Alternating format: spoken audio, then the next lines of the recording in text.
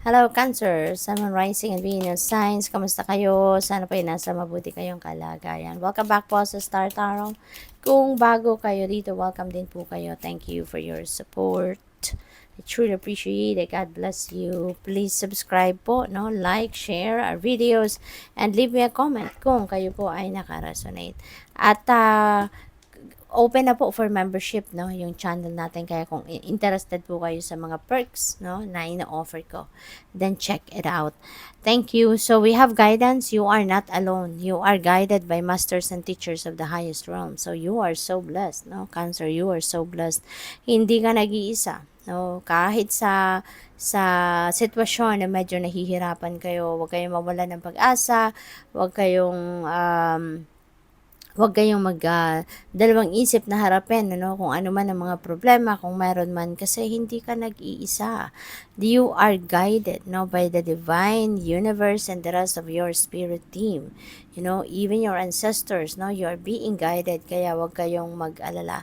They're just a prayer away, no? Magdasal ka lang, ipagdasal mo lang sila, you know, and for sure, no, nandiyan sila para tulungan ka. Nandiyan sila para gabayan ka. Okay? Connect to the pulse of Mother Earth. She will guide you through this time of change. Ayan. So, si Mother Gaia, no, this is Mother Earth. Ayan, sabi dito, she will guide you through the time of change. Kaya, mag-tune in kayo, no, sa, napakaganda mag-meditate kayo rito, no, at mag-tune in kayo kay Mother Gaia, spend time with nature, spend time with nature kahit kung hindi kayo makakaalis, no, at makakapunta ng dagat, makakapunta ng park, no, kahit, no, sa paligid ninyo, sa likod bahay, 'di ba? Kung meron kayong mini garden, kung meron kayong backyard, kung meron kayong front yard na pwedeng umupo lang kayo kahit sa ground, no? Sa grass, yung mga ganon, no?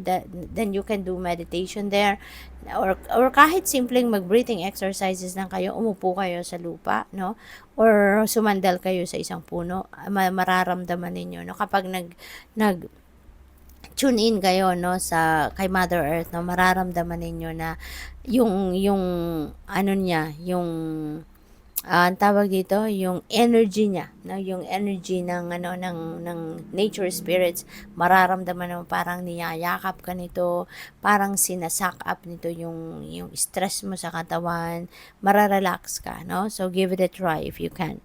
Reflection, ayan. So see all aspects of yourself through the reflection of the one who mirrors your hidden self. Pwedeng maano ninyo to, pwedeng tawag dito, ma-experience din ninyo ito, by doing some kind of, pag nilay-nilay, pag muni-muni, no? Do some kind of reflection, introspection, no? Makakatulong ito sa inyo na maging magaan ang pakiramdam ninyo, mahahanapan ninyo ng sagot ang mga tanong ninyo, kasi when you are doing some kind of reflection, retreat, yung ganon, you can tune into yourself, you can tune into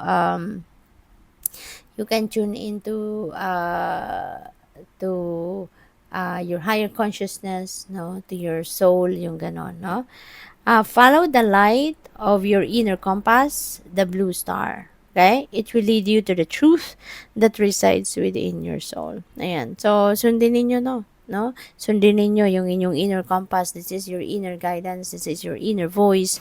Kasi siguro talaga meron kayong tanong, no? May mga tanong kayo sa sarili ninyo, or may mga tanong kayo sa universe na hindi ninyo naririnig pa ang sagot, no? And this could be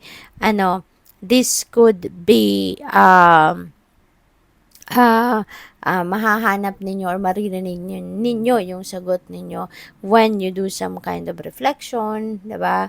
Maririnig ninyo yung bulong ng soul ninyo rito. Kaya kailangan ninyo na mag-reflect, kailangan ninyo na magnilay-nilay, mag-introspection, mag-contemplate, no? Kasi dyan lang ninyo yan maririnig, no?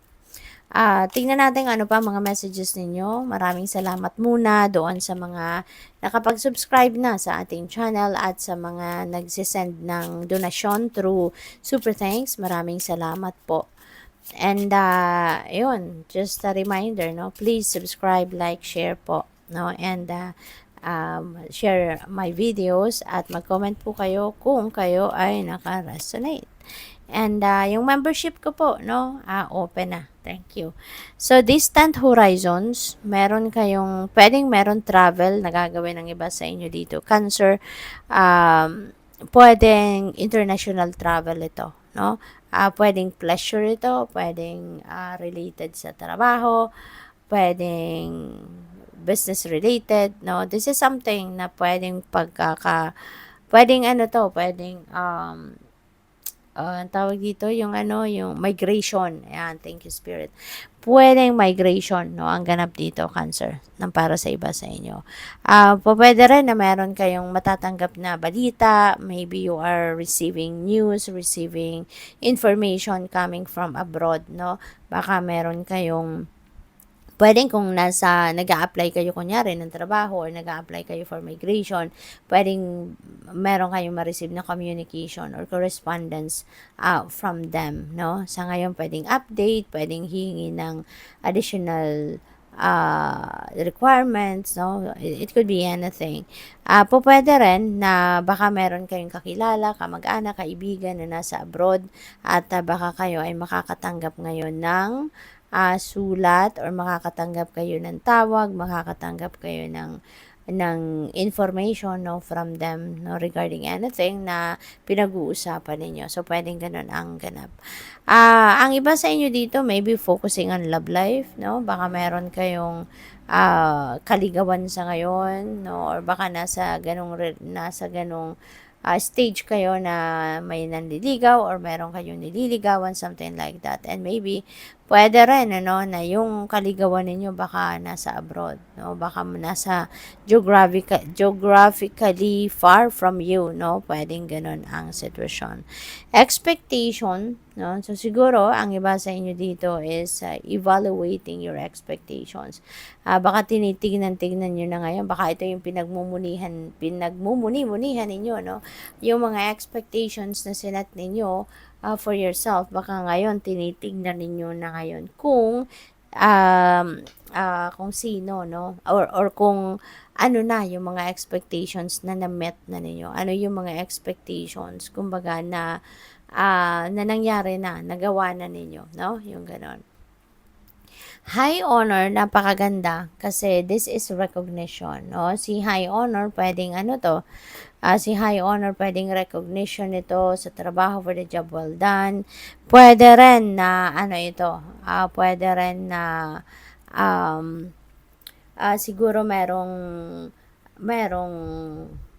pwedeng promotion, pwedeng pay raise, no? May reward na makukuha kayo, merit na ibibigay sa inyo dito bilang pagkilala sa inyong kasipagan, pwedeng parang reward sa iyo because of the job well done, tiyaga, effort ninyo na ginagawa ninyo, no? So, yung ganon. So, thank you for watching Love and Light. Namaste.